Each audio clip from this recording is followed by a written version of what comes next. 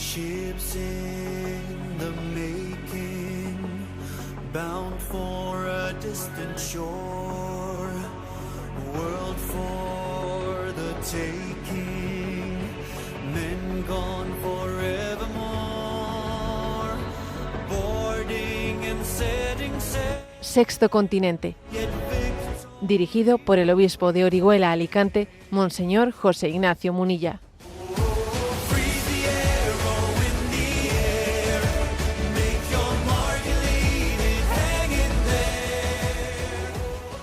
Un cordial saludo a todos los oyentes de Radio María. Un día más, con la gracia del Señor, nos disponemos a realizar este programa radiofónico llamado Sexto Continente, que lunes y viernes de 8 a 9 de la mañana, una hora menos en las Islas Canarias, realizamos aquí en directo en Radio María España.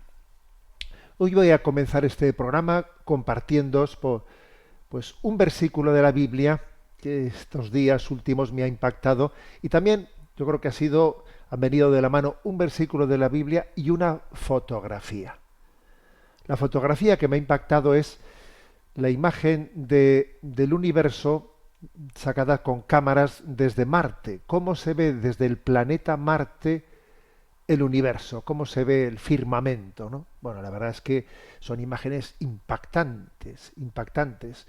La cantidad de estrellas, de galaxias que se observan es muy superior a la que tenemos nosotros capacidad de observar, porque bueno, la atmósfera, la luminosidad, etcétera, del planeta Tierra hacen que nuestra capacidad de observación desde nuestro ojo humano pues sea muy limitada. Pero claro, uno ve esas imágenes desde el firmamento, desde Marte, y, claro, y se queda impactado, ¿no? Bueno, y el versículo que acompañaba esa imagen es el del Salmo 147, versículo 4, que dice: cuenta el número de las estrellas y a cada una la llama por su nombre. Y claro, eso me ha impactado, ¿no? Me ha impactado porque dice, cuenta el número de las estrellas y a cada una la llama por su nombre. ¿Y cuántas son las estrellas que hay en el mundo? Bueno, pues, claro, nuestros especialistas hablan de que en el mundo, el universo, que por muy grandísimo que sea, es finito, no es infinito. Pero estamos hablando de 200.000 millones de galaxias. Dentro de cada una, como promedio, puede haber unos 100.000 millones de estrellas. Luego, si son 200.000 millones de galaxias con 100.000 millones de estrellas, claro, es 20.000 trillones de estrellas, ¿no? Luego, sin contar los planetas que haya en torno a cada estrella, que claro, si cuentas los planetas, pues igual estamos hablando de 40 sextillones de planetas. Y dice uno, pero esto ¿cómo se entiende esta inmensidad, ¿no? Cuenta el número de las estrellas y a cada una la llama por su nombre. La creación ¿no será acaso un mensaje cifrado?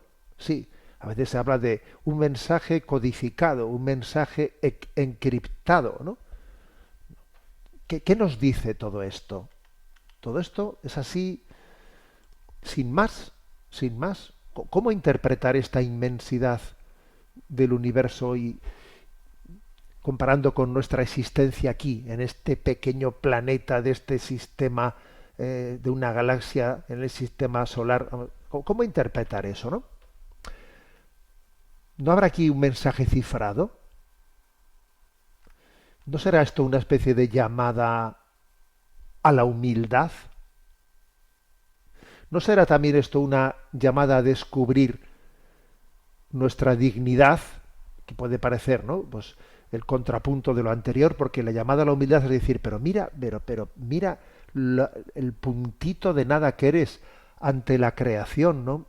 O sea, sé humilde, descubre tu pequeñez, ¿no?, frente a la inmensidad. Es una llamada a la humildad, pero al mismo tiempo, dentro de toda esta creación, parece que nosotros somos los únicos interlocutores con Dios. O sea, Dios ha creado esa inmensidad, pero interlocución, ser personal, solo somos nosotros.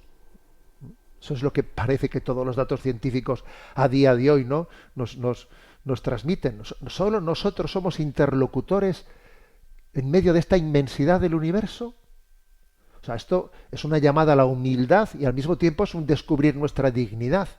Y entonces viene lo del mensaje cifrado. ¿Y esto qué se esconde detrás de esta creación tan inmensa, tan aparentemente desproporcionada, ¿no?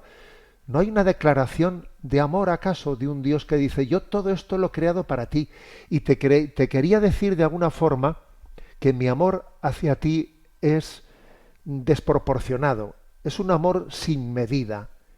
Y para decírtelo, para que lo entiendas, te lo he expresado en un mensaje cifrado, ¿no?, que es la inmensidad del universo. Cuenta el número de las estrellas y a cada una la llama por su nombre. Y todo eso lo he hecho para ti. La inmensidad de este universo, Dios la ha hecho para ti. Entonces, necesitamos descodificar este mensaje cifrado. Sí, y ese mensaje ha sido descodificado. Ha sido descodificado. Ha sido desencriptado por la revelación. La revelación desencripta, descodifica ese mensaje. Es el rostro de Cristo, es el corazón de Jesús el que descodifica ese mensaje y nos recuerda que todo ha tenido en el amor de Dios su origen. El amor de Dios es el origen de toda la existencia. Y todo el universo es un mensaje, una llamada a la humildad y al mismo tiempo una llamada a tomar conciencia de que estamos llamados a responder al amor de Dios. Lo impactante ya no es que Dios exista, sino que nosotros existamos para Dios y seamos sus interlocutores en medio de toda esa inmensidad. Por eso no me ha impactado esa fotografía de cómo se ve, ese pequeño vídeo de cómo se ve el universo o el firmamento, ¿no?, desde Marte, y ese versículo: cuenta el número de las estrellas y a cada una la llama por su nombre. Acogemos, ¿no?, pues seamos contemplativos. Yo quisiera que esta reflexión de partida en el programa de hoy nos llame a ser contemplativos, a preguntarnos las cosas. Y ¿qué sentido tiene todo esto en este mundo en el que estamos? Yo creo que tenemos que, alguno dirá, eso es comerse la cabeza. Bueno, yo creo que esto es pensar, contextualizar.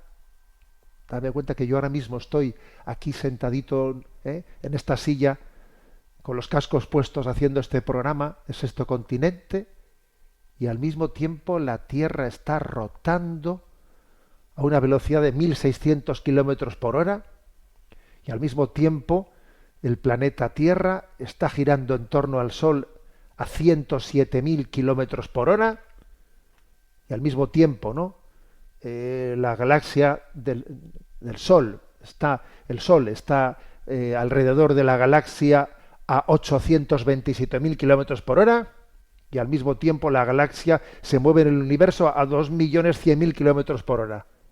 Y yo aquí estoy sentado en este asiento hablando con vosotros. ¿No vamos a pensar en ello? ¿Acaso no estamos, el hombre no ha sido creado para buscar el sentido de la existencia? ¿No?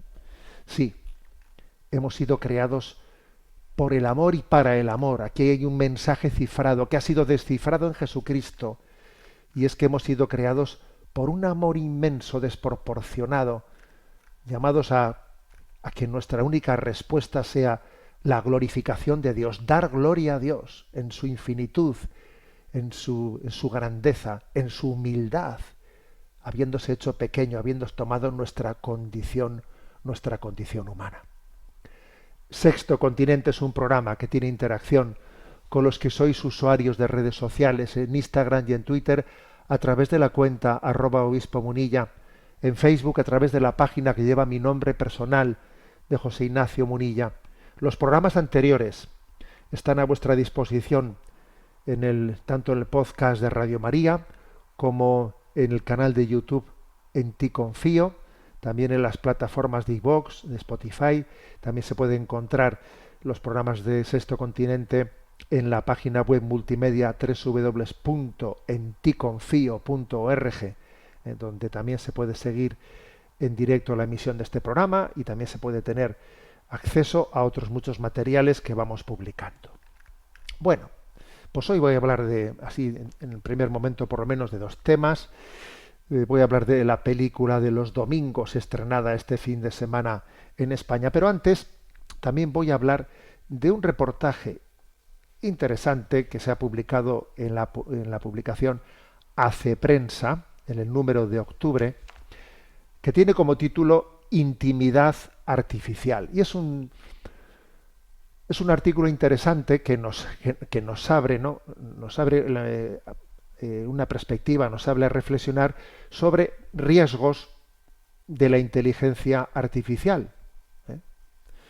Obviamente estamos explorando, ¿no?, en lo relativo a la inteligencia artificial. La verdad es que hace un año este tema no había impactado en nuestras vidas y fíjate, en poco tiempo la verdad es que está teniendo una incidencia muy grande y obviamente tenemos que reflexionar, discernir para que desde el primer momento intentemos pues aplicar el principio ignaciano de en tanto y cuanto me ayuda, me sirvo de ello, en tanto y cuanto me dificulta el fin para el que he sido creado, prescindo de ello. Ese en tanto y cuanto, es decir, poner la inteligencia artificial al servicio del hombre.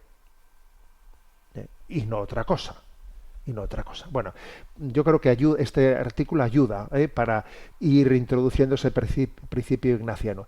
Intimidad artificial. Bueno, lo que viene a decir es cómo en los últimos meses se están reportando numerosos casos en los que se ve, o sea, se observa que hay muchas personas que comienzan a utilizar la inteligencia artificial de una manera obsesiva como chatbots de compañía. Y esto incluso, claro, puede también pasar con ChatGPT y con las plataformas de inteligencia artificial, digamos, las más populares. Chatbots de compañía. Lo cual, obviamente, hay bastantes artículos en el New York Times de casos. El New York Times está haciendo pues un servicio grande de seguimiento del impacto de la inteligencia artificial. Y bueno, allí se están reportando muchos casos en los que esto está ocurriendo. Y hay unas estadísticas en Estados Unidos pues muy interesantes a las cuales ahora voy a hacer referencia. O sea, hay un fenómeno, ¿no?, que se está estudiando, que se llama psicosis inducida por inteligencia artificial. Este término todavía no es un diagnóstico clínico, pero ya se habla claramente de este concepto, ¿no?, de psicosis inducida por inteligencia artificial. Obviamente va a necesitar más tiempo para poder ser un diagnóstico clínico. Los estudios experimentales requieren tiempo, años, pero ya hay muchos indicios de la existencia de psicosis inducida por inteligencia artificial. Esto describe los casos en los que modelos de inteligencia artificial han amplificado, variado, incluso han creado síntomas psicóticos en individuos, ¿no? ¿Eso en qué se traduce? Pues en desconectar de la realidad, aislarse de los seres queridos y del mundo como tal, ¿no? La relación con estos chatbots, como también ChatGPT, ¿qué ocurre? Que es tan realista, resulta tan realista, que algunos pueden fácilmente tener la impresión que, bueno, que como si hubiese otra persona al otro lado, ¿no? Aunque tú sabes que eso no es así, ya, pero es que a veces te acabas, ¿no? Te lo acabas creyendo, ¿no? ¿Cuál es el funcionamiento interno, ¿no?, de esos chatbots de compañía? A ver, es que es muy interesante subrayarlo para entender esto, Están diseñados, esos chatbots de compañía, están diseñados para priorizar la satisfacción del usuario, para continuar la conversación, para maximizar el compromiso del programa con las cosas que a ti te interesan, ¿no? su entrenamiento, han sido entrenados para imitarte en tus expresiones, usar tu propio lenguaje para parecer cercanos, para lograr que pases más tiempo en la interacción. Están diseñados para eso, ¿no? O sea, están construidos para parecer empáticos, para ser complacientes, ¿eh? O sea, es decir, son complacientes con las cosas que van hablando contigo, son complacientes. Uno se siente validado según estás ahí preguntando cosas y respondiendo. Ah, qué bueno, qué estupendo, qué magnífica pregunta has hecho, qué bueno, qué profundo, ¿no? O sea, va generando pues una empatía, una especie de validación. O sea, es decir, han sido creados como unas cámaras de eco. Me ha llamado a mí la atención esta expresión.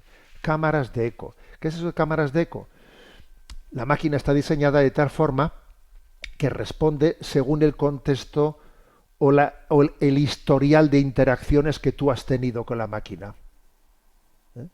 Y así se termina reforzando la ilusión de que esa inteligencia artificial, ese chatbot de compañía, te entiende y comparte el sistema de creencias, ¿no? Porque claro, tú has ido dejando ahí huellas en las interacciones que has hecho, de cuáles son tus aspiraciones, tus sensibilidades. La máquina las va memorizando todas y va comprendiendo por dónde vas tú y acaba siendo como una cámara de eco. Esto a mí, ¿sabéis a qué me recuerda? Si al final no hay nada nuevo bajo el sol, ¿no? Como cuando algunos no van a donde una vidente o un vidente, se ponen a hablar con él y le dice, pero si me ha dicho todo, si me lo ha adivinado todo, pero a ver, sin que yo le diga, él me ha adivinado todo. A ver, sin que tú le digas. Lo que pasa es que ha tenido la capacidad de las palabras que tú por aquí y por allá has ido diciendo, pues ha ido obviamente haciéndose una imagen de quién eres tú, y luego el supuesto vidente, que has sido tú ahí pues a ese mundo, ¿no? Que bueno, pues que ha existido también, ¿no? Y que sigue existiendo, ¿no? Y te está diciendo, te está leyendo el futuro, ya te va a leer el futuro, si tú le has dado datos suficientes, ¿no? Bueno, algo así pasa aquí, pero claro, con muchos más medios, que ya no es pues no es un jeta que abre una oficina y coge a gente ansiosa y le hace creer que le ha acertado en todo. En este caso, claro, son unas herramientas muchísimo más sofisticadas para hacerle creer a alguno, ¿no?, que le está entendiendo, que le está compartiendo su sistema, que le está compartiendo sus aspiraciones. Entonces, se está generando, hay un psiquiatra, aquí se habla del informe de un psiquiatra llamado Way, dentro de este reportaje de Hace Prensa, donde habla de 3 tendencias psicóticas o de psicosis inducidas por inteligencia artificial. Se están reportando 3 tendencias.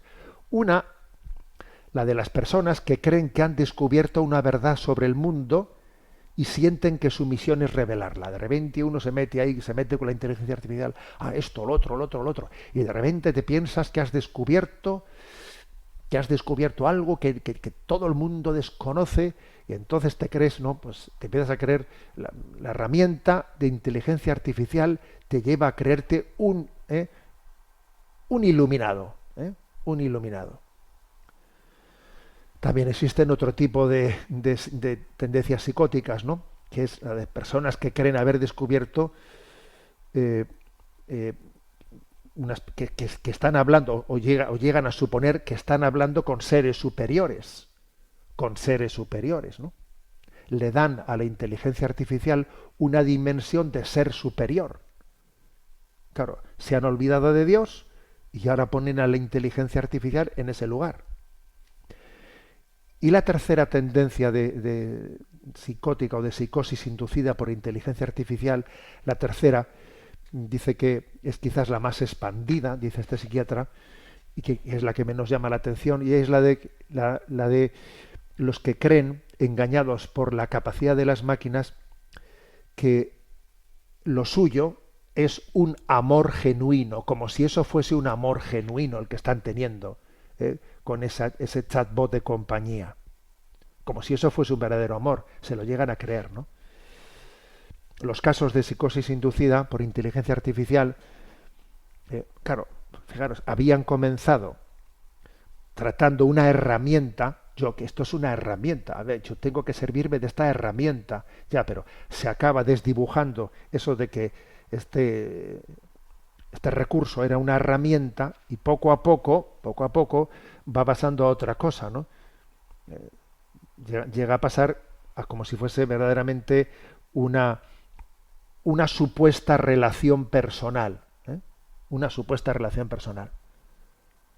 Claro, porque es cierto que en ocasiones a estas personas les ha hecho influjos benéficos. Hay muchos digamos, chatbots de compañía que, por ejemplo, a personas que estaban en crisis, pues les han hecho serenarse, ten paciencia, serénate, mira esto, mira lo otro, y entonces incluso se están viendo no solamente algún caso en el que un chatbot de compañía ha podido para alguien ponerle en un riesgo de suicidio, no, lo contrario es mucho más frecuente, es mucho más frecuente que los chatbots que están bien diseñados ayudan a las personas que tienen tendencias al suicidio, etcétera, les ayudan a salir o a serenar esas ideas obsesivas. Entonces uno, claro, como ha visto que también la máquina, pues este recurso puede tener efectos beneficiosos, va considerándolo como si fuese una relación personal, ¿no? Entonces existe un riesgo de que esa relación con la máquina reemplace la relación con el mundo real. Entonces aquí vienen algunas estadísticas que llaman la atención, ¿no? El 72% de los adolescentes de Estados Unidos reconocen utilizar un chatbot de compañía. Y el 31% de ellos perciben que la relación con ese chatbot es más satisfactoria que con los seres humanos. Entonces, claro, los riesgos de que personas que están en edad de formación estén entablando relaciones emocionalmente inmersivas, ¿no?, con máquinas diseñadas para imitar sus estados de ánimo, complacerlos, y en vez de ponerles en contacto con la realidad, pues obviamente son unos riesgos grandes. Y aquí, ¿cuál es el problema también quizás de fondo? No solo el riesgo, ¿no?, de estos avances tecnológicos, sino también la fragilidad del punto de referencia de la amistad real. Porque el hecho de que haya tantísimos que digan que ese chatbot de compañía les es más satisfactorio que las amistades personales, quiere decir que las amistades personales están muy frágiles. Esto de la intimidad artificial deja al descubierto la fragilidad de las amistades. Es que si tuviésemos amistades fuertes, no ocurriría esto. No ocurriría que estos chatbots de compañía acaben ocupando el lugar que la ausencia de amistades, ¿no?, pues está dejando en bandeja. Está dejando en bandeja. Luego aquí también, digamos, ¿no?, la intimidad artificial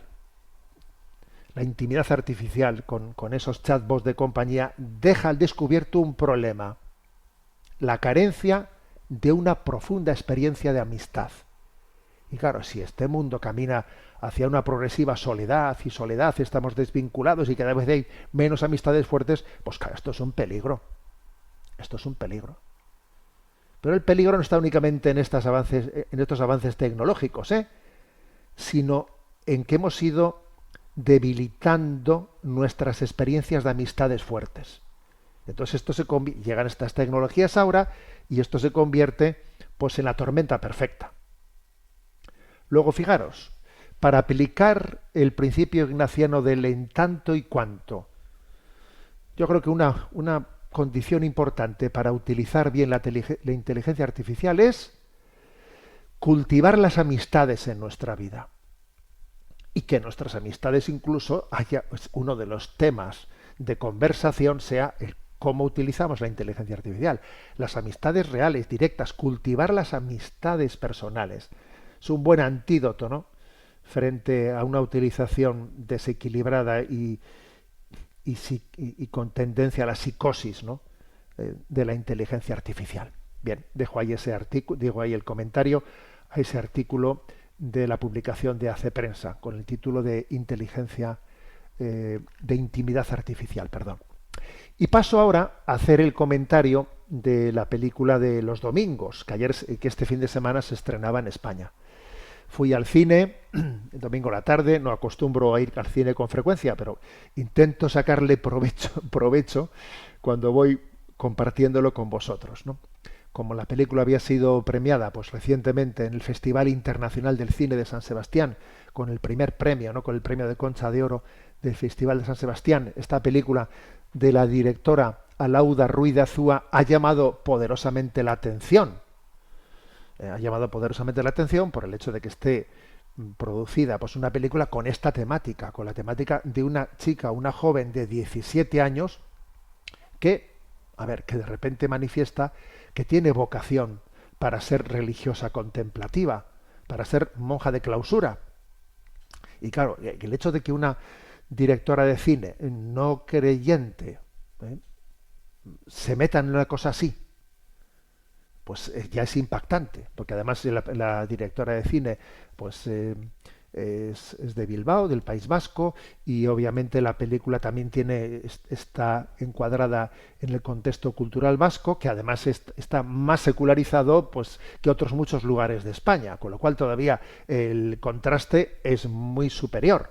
Es muy superior que cómo es posible que el cine de hoy lleve a la pantalla pues un tema como ese, y además lo lleve pues de una manera, digamos que muy respetuosa, ¿no? Muy respetuosa. Entonces, hay que decir que esta chica de 17 años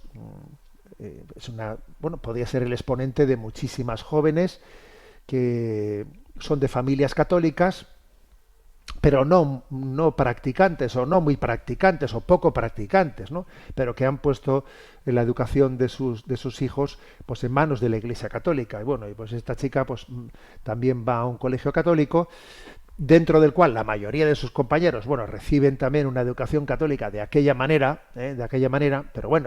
pero hay un designio con Ainara, y Ainara recibe esa transmisión de la fe pues de una manera más personal, más íntima. Entonces, Ainara hay que decir que tiene también una circunstancia, que es huérfana de madre, su padre se ha entregado plenamente a la educación de las tres hijas, y también hay una circunstancia, ¿no? Y es que tiene una tía, una hermana de su padre, una tía que no solo no es creyente, sino que es bastante anticlerical, bastante, digamos, beligerante, ¿no? con la visión de la religión, de la Iglesia Católica, y que participa de toda esta mentalidad que está tan en boga entre nosotros, ¿no? De estas ideologías del pensamiento único, ¿no? De las ideologías de la sospecha hacia lo religioso, etcétera.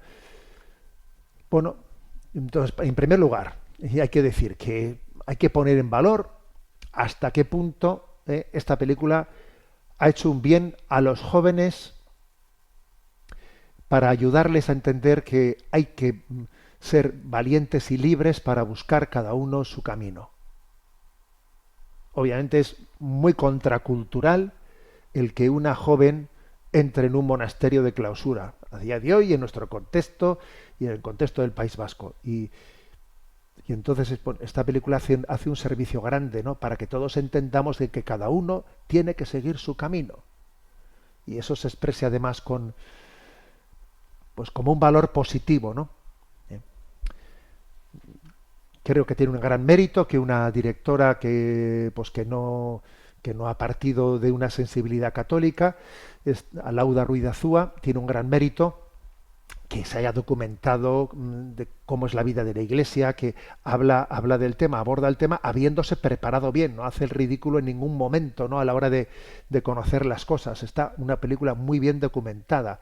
La verdad es que también otra gran otro gran mérito, otro gran éxito que ha tenido es que esta película sea posible verla por parte de un católico y sea posible verla por alguien que no sea creyente y que los dos puedan alabarla. Claro, eso es un milagro. A día de hoy eso es un milagro, tal y como están las cosas en el enfrentamiento, ¿no? Es una película que tiene esa delicadeza de exponer las cosas sin juzgarlas, ¿no? Pero también yo me atrevo a decir, a hacer mi aportación, ¿eh?, en este juicio crítico, que es obvio que también creo que presta un gran servicio para desenmascarar la postura poco respetuosa de los ateísmos anticlericales, rabiosos y militantes, ¿no?, que están un poco reflejados en esa tía, la hermana del padre, en la tía de Ainara, que es la chica de 17 años, ¿no?, que va a tener la vocación. Porque bueno, en ese personaje se ve reflejado lo que es ser el maestro de las sospechas, ¿eh? Le dice a su padre: has consentido que un sacerdote y unas monjas mayores de edad hablen en privado con tu hija menor de edad. Fíjate tú, ¿eh? Aquí ponemos en sospecha ya que un menor de edad, ¿no? Esto es como en China, ¿sabes? Como en China, que se prohíbe que un menor de 18 años, ¿no?, tenga ningún tipo de acercamiento al hecho religioso. Has consentido que un sacerdote y unas monjas mayores de edad hablen en privado con tu hija menor. O sea, ahí se muestra lo que es la sospecha, ¿eh? La sospecha frente al hecho religioso. Pero aquel padre, que aunque no sea muy practicante, pues es un hombre que no está dispuesto a tragarse esa lectura y manifiesta con contundencia: a ver, hermanita, que esto no es una secta, me explico, que esto no es una secta, que esto es la iglesia en la que nosotros hemos nacido. Entonces, creo que es interesante observar ese personaje. La tía anticlerical, beligerante, sabe comportarse, con tacto ante su sobrina, para no espantarla. Claro, intenta quitarle de la cabeza eso, pero no lo hace de manera agresiva. Mira, cariño, es posible que esto sea una llamada espiritual, pero igual también te puedes estar confundiendo y no sé qué y no sé cuántos, ¿no? Entonces pone en marcha una estrategia para intentar quitarle de la cabeza esa vocación. Y para eso pues habla con una compañera: mira, tenemos que ayudarle a Ainara, porque tiene que ver más el mundo. Y cuando se entera de que anteriormente había tenido pues un amor romántico con un chico, pues ahora mueve los hilos a través de la amiga para que se enrolle aquel chico con ella y le quite eso de la cabeza. A mí lo que me parece interesante de este personaje, de esta tía, ¿no?, que intenta a su hija, ¿no?, a su sobrina, arrancarle de su vocación, lo que me parece interesante es que en ella se ve la imagen de que aunque alguien arguye con argumentos anticlericales, en el fondo, su problema de fondo es que está frustrada. Está frustrada porque está divorciada, porque su matrimonio fracasó, porque además ahora está con otro compañero que también eso se está rompiendo, porque además es libertina. Y entonces piensa que o sea, intenta justificarse en esa frustración, y entonces formula una teoría, ¿no?, que su sobrina es una niña ingenua, inmadura, que no conoce el mundo, ¿no? Pero claro, uno dice: ¿y no será acaso que esta mujer, frustrada porque no ha sabido amar, tiene envidia del amor puro que anida en el corazón de su sobrina? ¿No será eso? Que cuando uno está frustrado porque no ha sido capaz de amar, entonces ve a las personas que aman con un corazón puro y les revienta por dentro. A veces aducimos razones ideológicas para esconder detrás de las razones ideológicas la frustración de no saber amar. Y luego ya, para remate, ¿no?, pues se mete el tema económico, ¿eh? El tema económico, pues al final esta tía también es, claro, pues cuando uno tiene su universo mundo de valores, pues acaba siendo materialista, peleándose con su hermano pues por el tema del dinero, de las herencias, solo piensa en quedarse con lo máximo del dinero, y llega por ese tema del dinero a romper con la familia, a desheredar a todo el mundo. Entonces, bueno, a mí me llama la atención poderosamente esta película, porque claro, si alguien queda mal en esta película, pues es esta tía anticlerical, ¿eh? Y en cuanto a la chica, que tiene esa vocación, claro, se le ve obviamente es inmadura, tiene 17 años, pero es una chica que tiene normalidad y sobre todo lo que hace es normalizar el hablar con Jesús, el hablar con Jesús. La posibilidad de que Jesús haya sembrado en tu corazón una llamada, que, que eso es real, que Jesús ha sembrado en mí una llamada y que yo tengo que responder a ella, ¿no? También creo que, que marca, que la película expresa de alguna forma la lucha interior, la batalla, no, porque no es, digamos, todo de color rosa, también la batalla que tiene que vivir esa chica, pues frente a sus compañeros, frente a las estrategias de intentar apartarla, pedir permisos para que, y también una lucha interior que hay un momento en la película en la que se plantea como ella delante de Dios tiene su Getsemaní hasta que dice hágase tu voluntad, y en ese momento pues cuando entrega a Dios su sí incondicional, sus lágrimas se convierten en sonrisas, ¿no? Bueno, me impacta la película, perdón, y me impacta además que la imagen de los sacerdotes, acompañantes espirituales, del sacerdote director espiritual y de las religiosas sea impecable. Me sorprende. Algo está cambiando, señores, en este mundo. Por ejemplo, me impacta que el sacerdote director espiritual, él diga, bueno, yo me gusta llamarme acompañante espiritual, dice, yo soy como un guía turístico, dice, me ha gustado esa imagen, dice, yo soy como un guía turístico. Mire, yo para hacer un acompañamiento espiritual, ¿cómo se hace un acompañamiento espiritual? Un discernimiento de la vocación. En el fondo, soy como un guía turístico porque le ayudo a alguien a descubrir, mire usted, aquí tiene usted esto, aquí tiene el otro. Yo le ayudo a descubrir lo que quizás Dios ha escrito en su corazón. Pero a veces se cree usted que yo estoy teledirigiendo a una persona, que le estoy teledirigiendo, que le estoy metiendo en la cabeza cuál es su vocación. No, un acompañante espiritual tiene algo de guía para un guía en un museo, que te ayuda a entender lo que estás viendo, porque a veces ves cosas, pero ¿quién me ayuda a entender este cuadro? ¿Quién me ayuda a entender esto que estoy viendo? Bueno, pues ese es un acompañante espiritual, un director espiritual, pero en ese sentido, ¿sabes? No en ese sentido de la sospecha, de la teoría de la sospecha, no. En resumen, a ver, un milagro, es un milagro de que una película así sea capaz pueda llegar a ser vista, valorada, aplaudida por personas con puntos de partida muy distintos.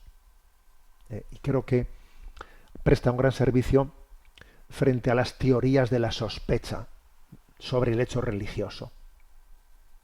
Y creo que a los jóvenes que vean esta película les hace una gran aportación. Les está diciendo, sigue esa luz que tienes dentro de ti, sigue esa vocación, esa llamada que cada uno tiene que descubrir, y que con autenticidad, sin mirar a la derecha, sin mirar a la izquierda, sin compararte con los demás, sino mirando a tu interior y mirando arriba y mirando los ojos de Dios que te dice ven y sígueme, responde con autenticidad a esa llamada y no te dejes arrastrar por este mundo. Me parece que es una gran aportación. Y luego ya para rematar la cosa, esto ya es una reflexión muy personal, me emocionó que, bueno, ya sabéis que yo soy vasco, soy de San Sebastián, ¿no? Y obviamente esa película está producida en un contexto vasco. Y al final ponen una canción que es del año 1989, una canción que a mí me ha acompañado pues durante todos mis años jóvenes, ¿no?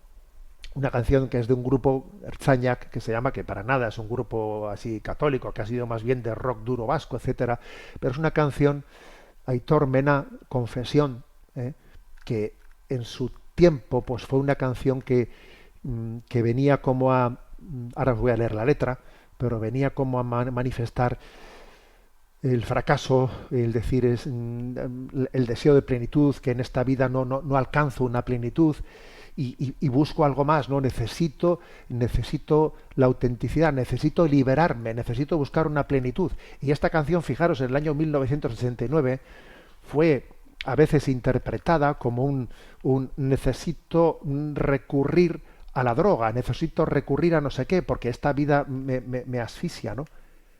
Y fíjate, llega el año 2025 y ahora se pone como canción final de esta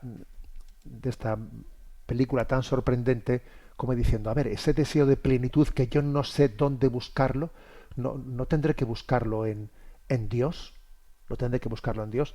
Así, fijaros, dice la letra está en vasco, yo voy a traducir la letra, y dice: los buenos tiempos no duran para siempre. Al fin y al cabo, no somos más que simples seres humanos. Después de la calma viene la tempestad. No hay nuevas primaveras para nosotros. El tiempo corre sin parar. Y ahora no podemos seguir siendo lo que un día fuimos. Nos hemos vuelto predecibles sin darnos cuenta. Cariño, liberémonos cuanto antes. Nos hemos vuelto corrientes sin darnos cuenta. Hemos llegado a la meta sin percatarnos. El mundo se nos ha venido encima. Querida, liberémonos cuanto antes. No sabemos dónde se esconde lo mejor. Busquemos en otros lugares. Sí, te lo juro, nunca te he mentido, y ten por seguro que nunca podré olvidarte. Confieso que ha sido lo mejor de mi vida, pero ahora, cariño, liberémonos cuanto antes. Escuchamos esta canción.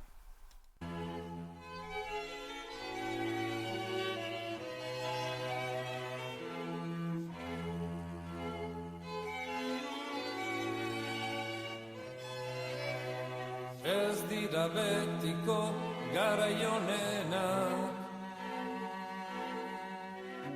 azken finean gizaki hutsak gara. Barearen ostean datore gaitza, uda berririk ez guretzat. Denborak aurrera etengabian, ta orain ezin eutsi izan ginana. Rutinaren morroiak bihurtu gara,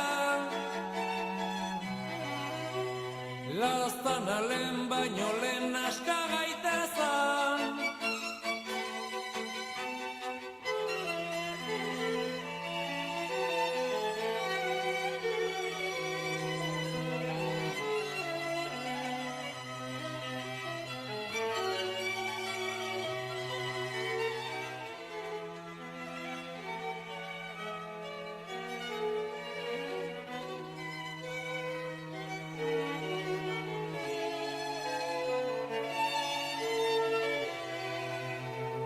Ohartu gabe arrunt bilakatuta, ohartu gabe heldu gara mugara. Mundua jautzi zaigu gainera, maitia lehen baino lehen aska gaitezan. Ez dakigu non dagoen hoberena, bila dezagun beste lekuetan. Bai, zindagizut, ez dizudala inoiz gezurrik esan, eta zaude ziur, ezin izango zaitu dalazu inoiz. Aitortzen dut, izan zarela ene bizitzaren onena, baina orain maitiaren baino lehen aska gaitezan.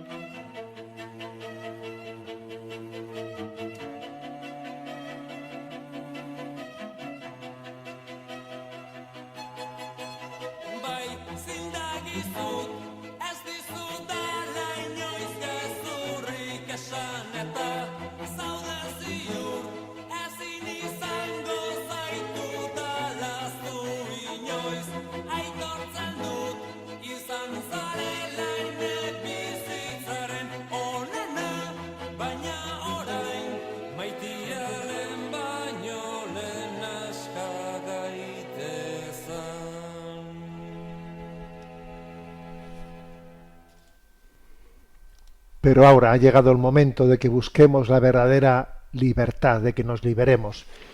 Y la única manera de buscar esa libertad es descubrir la llamada personal de Dios. ¿Dónde nos quiere Dios? ¿Qué proyecto tiene para cada uno de nosotros? Esa es la verdadera libertad. La libertad tiene un nombre, es vocación. El designio personal que Dios tiene para cada uno de nosotros.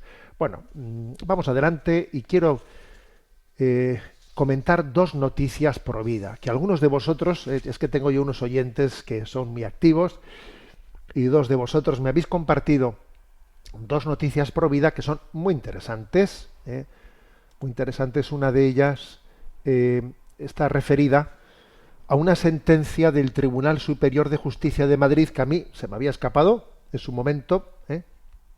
Es del año pasado, de junio del año pasado, en la que, vamos a ver,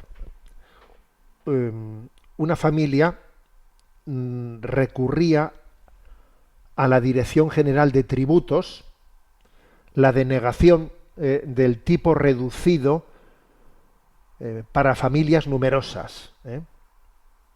A la hora de pagar el impuesto de transmisiones patrimoniales, pidió una reducción especial por ser familia numerosa. Pero dijo que tenían en España familia numerosa es 3 hijos. Pero claro, estaba embarazada del tercer hijo. Pero como todavía el tercer hijo no había nacido, se le denegó esa reducción de impuestos de transmisión patrimonial, no, porque el niño no había nacido y por lo tanto se le denegó, ¿no? Pero esta familia recurrió y entonces el Tribunal Superior de Justicia de Madrid, aplicando un artículo, ¿no?, del Código Civil, artículo 29, dice que el concebido y no nacido, ¿no?, debe de tenerse por nacido para todos los efectos que le sean favorables, dice la sentencia. Ojo a esto, el concebido y no nacido debe de tenerse por nacido para los efectos que le sean favorables. Entonces, claro, señores, esta sentencia es una sentencia a reflexionar con ella, ¿no? Llama la atención que en esta sentencia el hijo no nacido tenga derechos y sea considerado como parte de la familia. Ahora, sin embargo, si deciden abortarlo, no tiene dignidad ninguna. O sea, claro, nuestra oyente que comparte esto dice, no, a mí no me cabe en la cabeza como una cosa que es más banal se puede considerar, sea considerada, mientras que otro tema mucho más sustancial, ¿no?, que es el derecho a la vida, sea despreciado. A ver, por lo tanto, ¿no?, uno ve esta noticia y dice, a ver, señores, las contradicciones en las que entra, ¿no?, nuestro mundo dejan patente que, sin embargo, se mueve, como decía yo, ¿no? Y sin embargo se mueve. Aquí, obviamente, hay una verdad que no se puede ocultar. Bueno, la segunda noticia la comparte una psicóloga llamada Amaya, que también me escribe, y aparte de, bueno, pues de decir que ella en su despacho, en su trabajo clínico, ¿no?, pues ella es testigo del síndrome post-aborto. Ella dice, soy psicóloga, dice, como usted mencionaba, también he podido comprobar en mi experiencia profesional cómo muchas mujeres que han vivido un aborto inducido atraviesan una serie de dificultades emocionales, cognitivas, afectivas, muy similares entre ellas, ¿no? Ella dice, estoy convencido que ese síndrome existe y que si no existe evidencia científica sobre ese síndrome es a que no interesa investigarlo.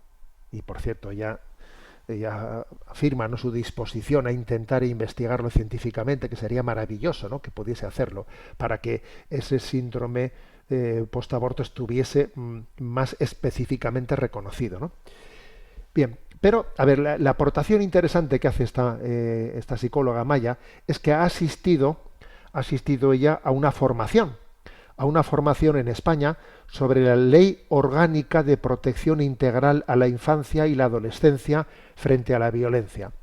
Una ley que se llama la LOPIVI, Ley Orgánica de Protección Integral a la Infancia y la Adolescencia frente a la Violencia. Y claro, y dice ella que le ha llamado poderosamente la atención en esa formación cómo se aborda el concepto de violencia prenatal en la formación que se les da a los psicólogos, ¿eh? O sea, existe estas administraciones públicas españolas hacen esta formación y hablan del concepto de violencia prenatal. Ah, ¿cómo es eso? O sea, se reconoce que un bebé puede sufrir violencia incluso antes de nacer, aunque no pueda ser tutelado jurídicamente, ¿eh? Ya que todavía no se le considera una persona jurídica, pero puede sufrir violencia. Y esa violencia prenatal se tiene en cuenta como un factor de riesgo a la hora de valorar la protección de ese niño una vez nacido.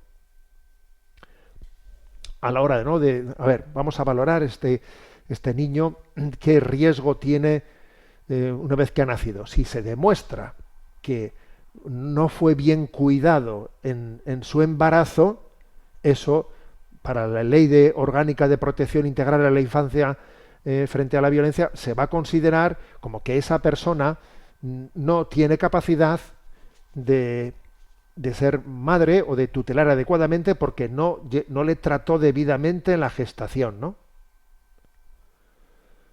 Incluso los padres pueden llegar a perder la custodia del hijo por el hecho de que se demuestre que durante el embarazo no cuidaron debidamente a ese niño en el seno materno. Entonces, claro, aquí viene de nuevo la reflexión, ¿eh? Igual que el caso anterior. Aquí viene, claro, si una negligencia, una falta de cuidados durante la gestación se valora como un riesgo grave para el futuro bienestar del bebé, ¿cómo es posible que una decisión voluntaria de poner fin a la vida de forma extrema, violenta, no se contemple en ningún modo dentro de esos criterios de protección? O sea, resulta que quien haya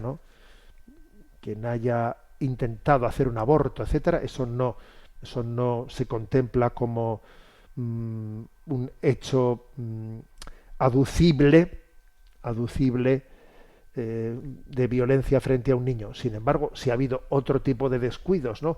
Eso, pues fíjate, pues que la manera de fumar, de beber, de la alimentación, no trató debidamente esto, lo otro y tal, que practicó unos deportes de riesgo, que puso en embarazo o sea, a ver, contradicciones palmarias, ¿no?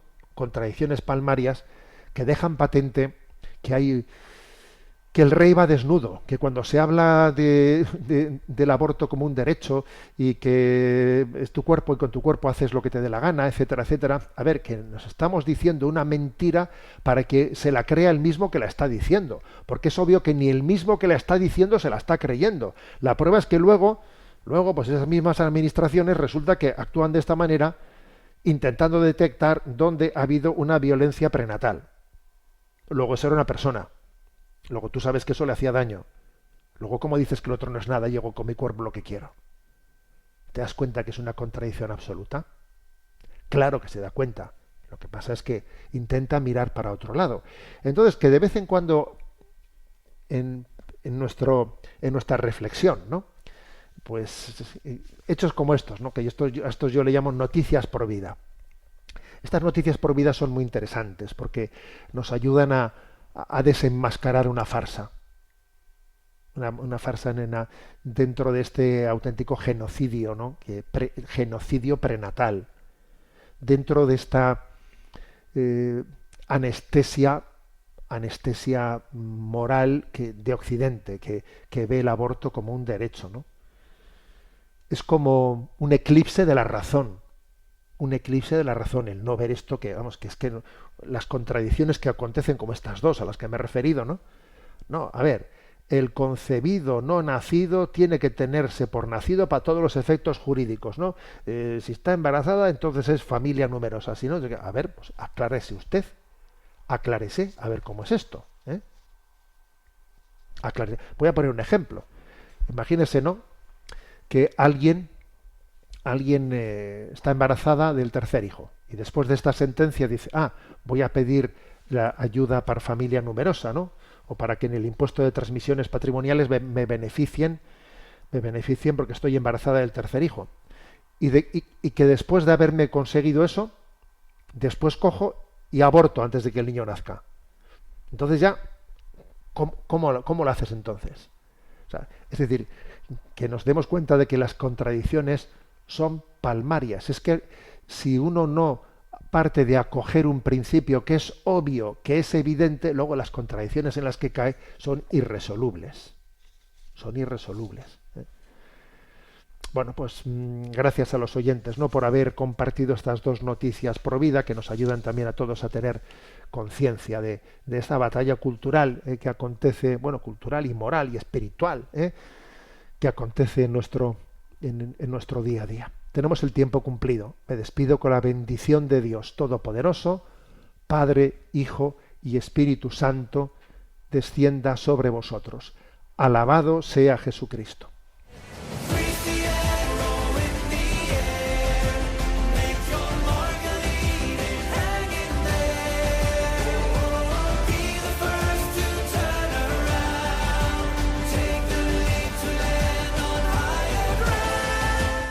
Finaliza en Radio María Sexto Continente, dirigido por el obispo de Orihuela Alicante, Monseñor José Ignacio Munilla.